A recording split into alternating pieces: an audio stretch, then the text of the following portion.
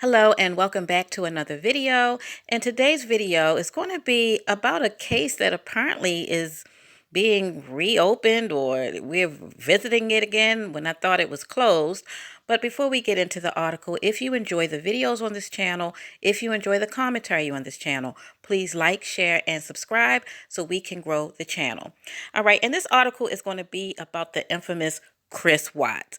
This was a story that I was literally obsessed with, but I wasn't doing videos at the time for news. And so this is going to be interesting. So let's get into the article. Man who killed pregnant wife, kids provides new details on murders.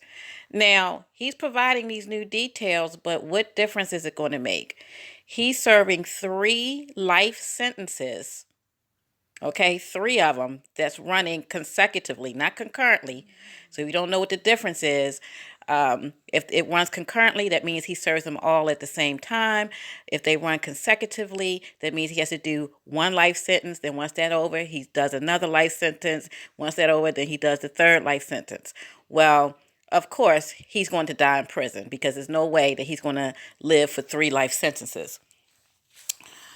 All right. The Colorado man convicted of killing his pregnant wife and 2 young daughters spoke to investigators and provided more information about the murders, the Colorado Bureau of Investigation said Thursday. But why? What at this point, what is the point? The man he has been convicted. He's going to be in jail for the rest of his life. Why rehash this? Why reopen it? You know, to me, it seems unfair to the families to have to deal with this tragedy. And, it could just open up wounds or just, impede their healing process. It was already difficult to know that this man killed his wife and 2 kids. It was just terrible. Investigators visited convicted killer Chris Watts at the Dodge Correctional Institution in Waupun, Wisconsin on February 18th, during which Watts provided investigators with additional information about the murders of Shanann, Bella, and Celeste. The Colorado Bureau of Investigation said in a Thursday statement. Now, unless he's going to be implicating somebody else, and he's not one to be believed anyway, I don't know what the point of this is. At the meeting with Watts were Frederick Police Department Detective Dave Baumhover, FBI Special Agent Graham Coder, and CBI Agent Tammy Lee, according to an inmate visitation log.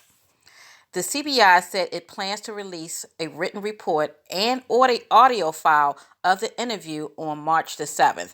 And you all know I'm going to be marking my calendar for March the 7th because I can't wait to see what this is about. Chris Watts was sentenced in November to life without parole for the August murders of his wife, Shanann Watts, 34, and their daughters, Bella, 4, and Celeste, 3. And then there's a picture of the 3 that he killed. Chris Watts' father, Ronnie Watts, said his son did not tell him the details about the conversation. But Ronnie Watts told ABC News Thursday, "In my heart, I know he didn't kill those girls." Y'all, okay. Like I said, I was obsessed with this case. You are, if you're not familiar with this case because you just don't watch the news or you just wasn't following it, you have got to do a YouTube search for people have actually taken time and put the details of the and facts of the case together. This man is totally guilty, you know. And the disturbing part about it was they just seemed like the all-American family. She was big in social media because she was into sales. I forget the company that she was selling products for, but she had a nice following in social media.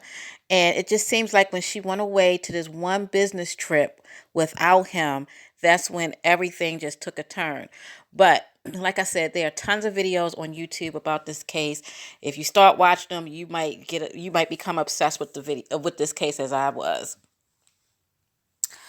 But he killed his family, and I don't care what his father says.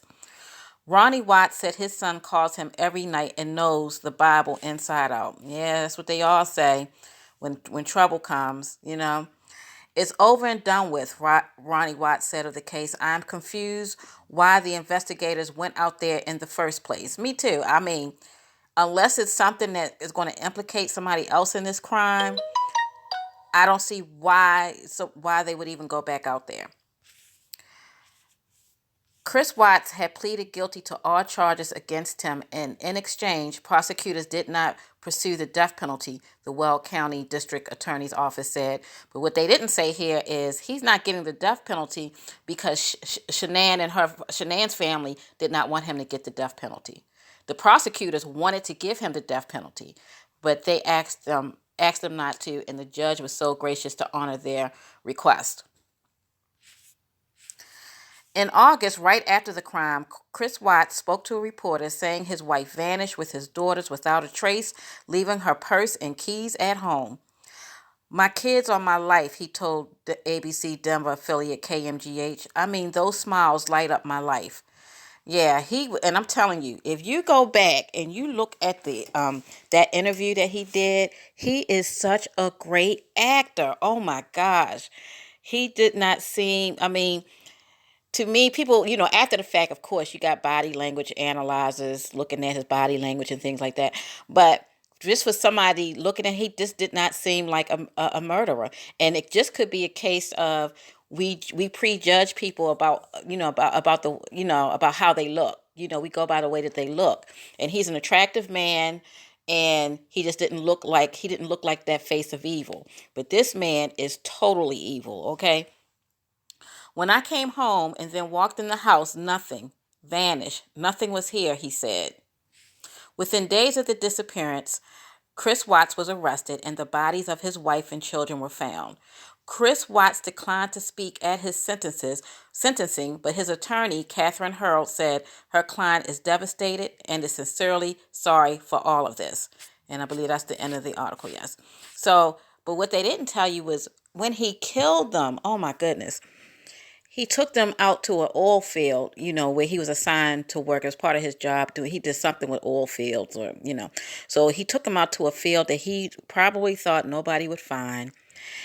He buried Shanann, which is the wife, but he put the two children in these two oil drums that had oil in them. He put their bodies in two separate ones. He put one in one and in the other in another.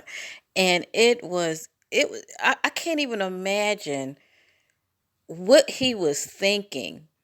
I mean, this case was just so crazy. And I believe with my heart that this is what I believe. I believe that the girls were dead by the time that Shanann got home, because she had come home that night, I think like 1 or 2 o'clock in the morning, from a business trip. And that's when they saying that she was killed, because later that night, the neighbor's ring, the ring doorbell captured him leaving out the house and coming back in and putting bodies in the car. So in his truck. So I believe that he probably killed those children before she got home, and then he killed her. That's what I think. But they're saying that, it all happened that same night that she came home from her trip. But yes, if you get a chance, this story is very interesting. I was totally obsessed with it. I think I've seen almost every video on YouTube about this case. And on March the 7th, I will be back to post what they're going to release, because I'm going to be looking out for that, because this was just one of those cases where you're just like, how did this happen? I mean, they have videos of her on her social media account. It's just, how can somebody kill their family? What is going on in your mind that you would kill your own family? And I believe he strangled Shanann. She fought back. He strangled the older girl, and they said that she had, there were indications that she tried to fight for her life. But the younger baby, they said that she didn't fight for her life. So I don't know if she was asleep, I don't know. And she just didn't wake up. I don't know. But, and then he drove them out and dumped them in the oil fields and put the two little girls in oil barrels filled with oil. So anyway, y'all, I'll be back with another video, and I'll definitely be back on March the 7th or the 8th, depends on when I get time to post it, so that we can find out what in the world was it worth the time for these investigators to go out to that prison and talk to an already condemned man. So, all right, if you enjoyed the video, please like, share, and subscribe. Bye.